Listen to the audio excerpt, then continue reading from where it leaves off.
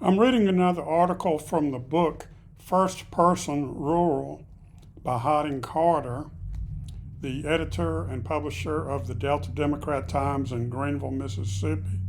This book was published in 1963, and it was a compilation of different articles he'd written over the years for different newspapers, magazines, and journals. The particular article I'm going to read was published in 1961 in the Saturday Evening Post. And the name of the article is A Mississippi Doctor Comes Home. This may be too quiet a tale for some who think of contact between black man and white only in terms of convulsive conflict or impersonal change.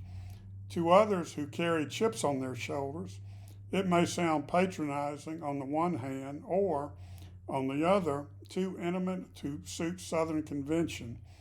But if the story of Dr. Matthew Page and of a personal friendship between a young Negro and an older white man seems out of joint with our times, then it is the times which are wrong.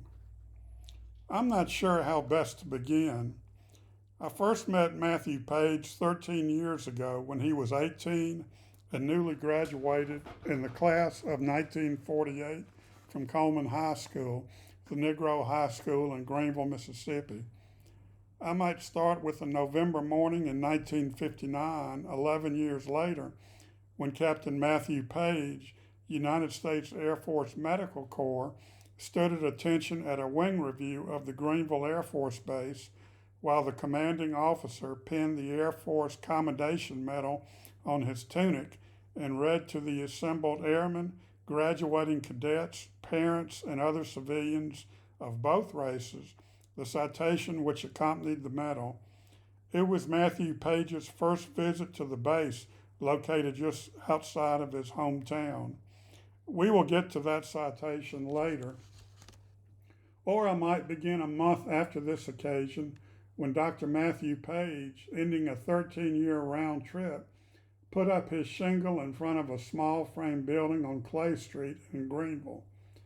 A good many Greenvillians had doubted that he would ever make it back, or that, having done so, he would choose to stay for as long as 6 months. Only Matthew never seemed to share this general dubiety. Now a year has gone by, and Dr. Matthew Page is still with us in Greenville, which he left at 18. And all things considered, I think it is fitting to begin now with his leave-taking and the part our newspaper had in it. At the end of World War II, the Democrat Times established 3 annual prizes of $100, one each for the outstanding graduates of Greenville High School and Coleman High School, and the third for the best among the graduates of the county's other high schools. 2 of the awards were to be given in memory of 2 young men of the town who had lost their lives in the war. The third was named after the George Washington Carver Award in tribute to the late noted Negro scientist. In 1948, Matthew Page was the 3rd winner of the Carver Award. How he earned it can be easiest told by the clipping from the Democrat Times with which his scrapbook begins. Matthew Page, named winner of Carver Award.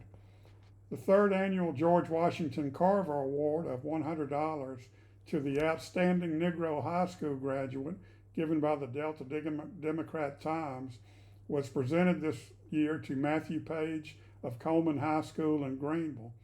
Salutatorian of his class, Matthew received a total of 18 units with 9 A's and 9 B's and was considered excellent in citizenship by Principal G.P. Maddox. Class President. Other achievements which the principal included in his recommendation are Class President for 4 years, Sports Reporter for School Athletics, Senior Boy Scout Patrol Leader for 3 years, Assistant Scoutmaster this year, Mr. Coleman High School for 3 years, High Y Club Officer, member of the Dramatics Club, a letterman in football, as well as an active participant in tennis, softball, and basketball. A day or so later, my secretary told me that a young Negro student wanted to see me.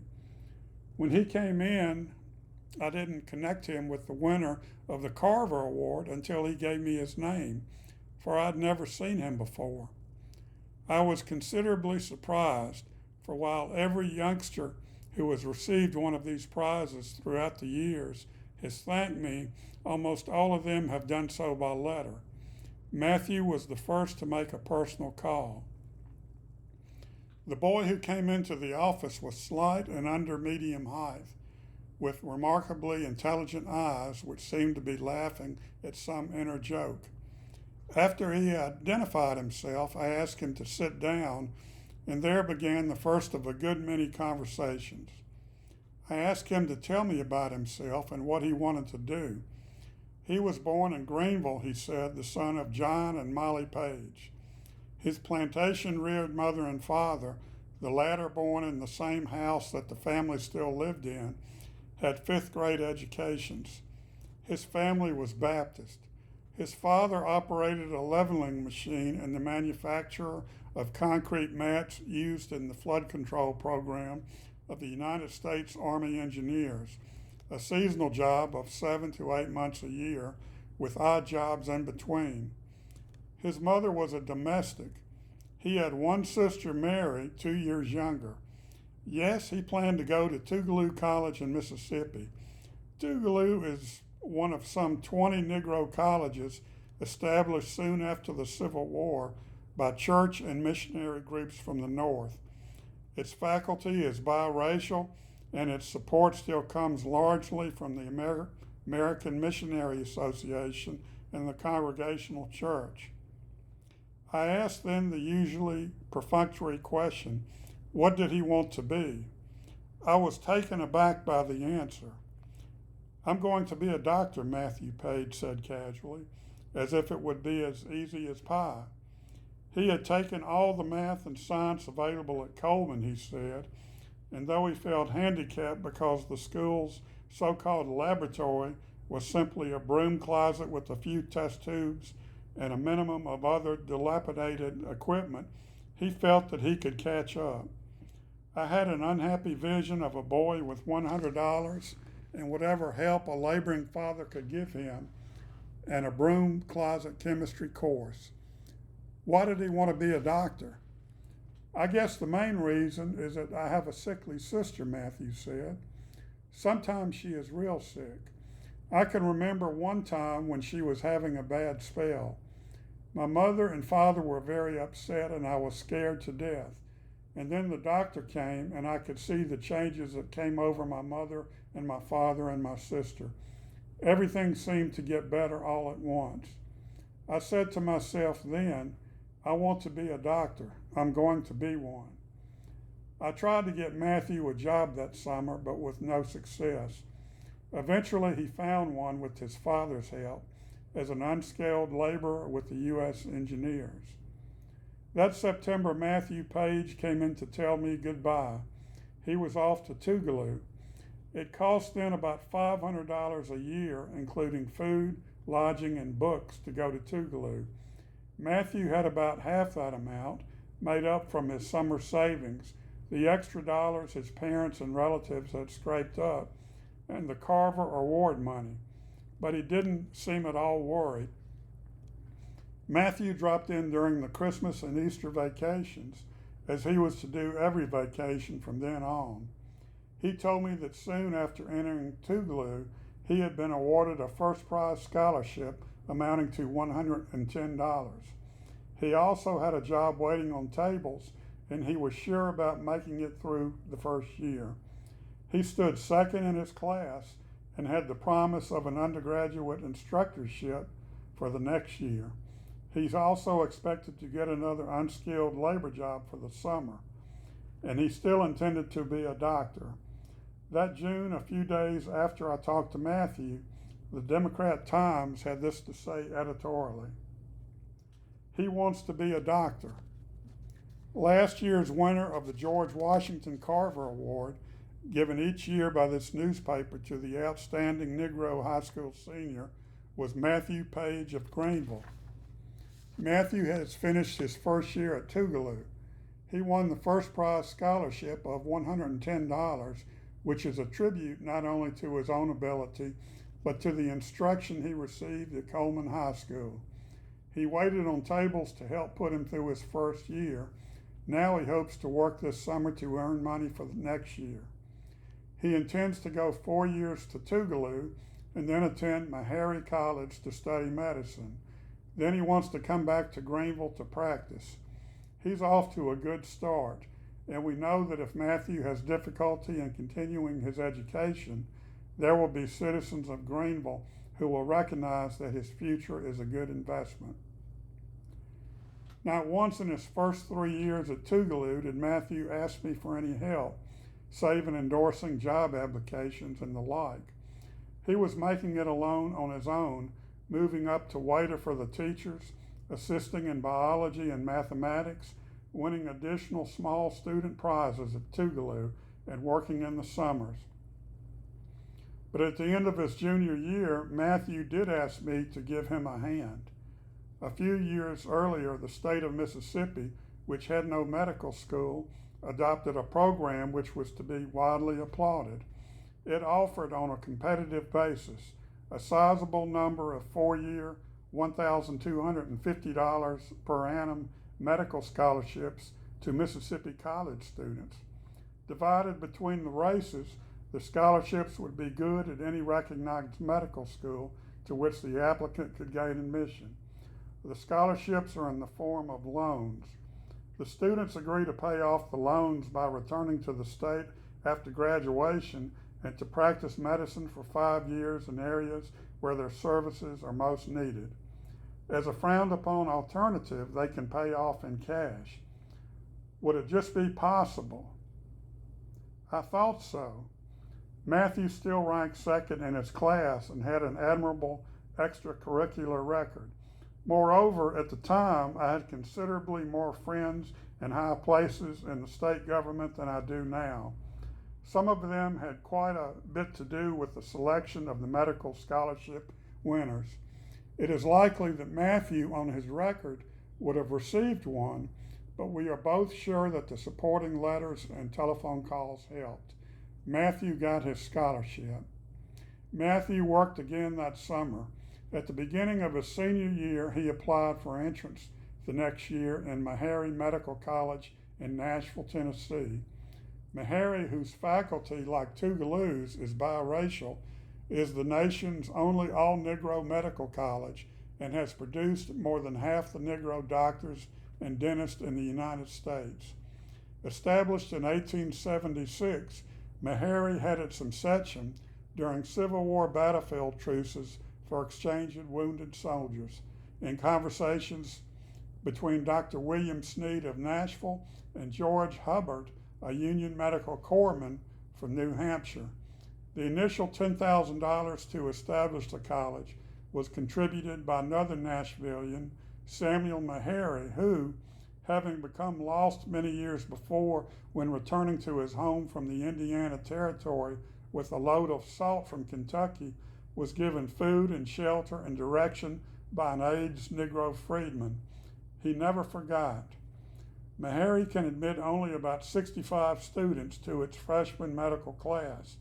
Applications run about from 500 to 600 a year. Among others, I wrote supporting letters for Matthew. In February of his senior year, Matthew Page was notified that he had been accepted as a member of Meharry's freshman medical class for the following autumn. That summer, Matthew served as an instructor in chemistry at Tougaloo.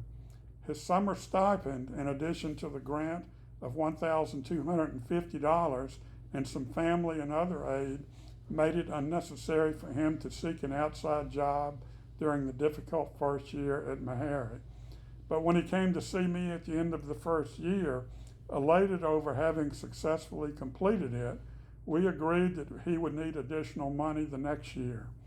It was then that one of the most heartwarming and amusing experiences of my life began. I asked Matthew what summer job, if he had his choice, would he prefer above all others. The best paying job The best paying summer job is a dining car waiter, Matthew said. That's what any Negro male student would like more than anything else. I told Matthew I would try to pass a miracle. I didn't tell him its intended nature because I didn't want to raise his hopes with little to go on. Not long before, Greenville had declared war on the Illinois Central Railroad, which, like other lines throughout the nation, was ridding itself as fast as it could of unprofitable passenger service. The Illinois Central's passenger trains on its subsidiary river route between Memphis and New Orleans, which served Greenville, were undoubtedly unprofitable. As a result, we finally only had one passenger train a day from Memphis, 150 miles to the north, and it made the distance in a leisurely, unpredictable, and indifferent 6 hours or so. As our contribution to civic guerrilla warfare against the Illinois Central, we had hit upon the idea of staging a race from Cleveland, Mississippi, 40 miles away, to Greenville, between the lone passenger train and relays of plantation mules to be ridden by distinguished local gentry as jockeys. Let it suffice here to say that 1, the mules won; 2, the race was fixed; 3, the news magazines, the newspapers, and the newsreels gave spectacular notoriety to the Illinois Central, Greenville, and the mules; 4, the Illinois Central didn't like it; and 5, the train service didn't improve. So after Matthew left, I wrote President Wayne Johnston of the Illinois Central Railroad, a courteous gentleman for whom I already had high personal regard and was soon to have higher. In effect, I promised Wayne Johnston that if he would do me a favor, namely to find one Matthew Page, a medical student, a job as a dining room waiter for the next 3 summers, I would never again sponsor a race between the Illinois Central and our fleet Delta mules. In a few days came President Johnson's delightful reply. He wrote that he couldn't resist the bargain I had offered, and accordingly, he was asking the chief of the Illinois Central's dining car service to do something for Matthew. The something was the coveted waiter's job, not with the Illinois Central, which had no summer job vacancies left, but with the Chicago, Burlington, and Quincy, which has about 14,000 miles of track west of the Mississippi River. Matthew worked for the next 3 summers for the Chicago, Burlington, and Quincy. It was a never-to-be-forgotten experience. I traveled most of those 14,000 miles, Matthew told me later. It took me into practically every state west of the Mississippi on out to the Pacific coast. I made more money than I ever thought I could, but aside from that, my experiences were valuable from a cultural and educational point of view, mainly because I had the opportunity to come in contact with just about every kind of human being in this country, or in the world for that matter.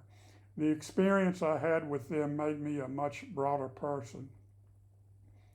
He worked every possible minute of time and overtime, while the average college student serving as extra hand on the dining car averages about $900 to $1,000 a summer. Matthew earned $1,200 the first summer, $1,500 the second summer, and an amazing $1,700 the last. Those earnings ensured him plenty of time for study without worrying about part-time jobs. In 1951, he graduated in the top half of his class. Tucked away was a tidy sum which would go far towards the purchase of the medical equipment in his office today. I will finish part 2 tomorrow of Matthew Page.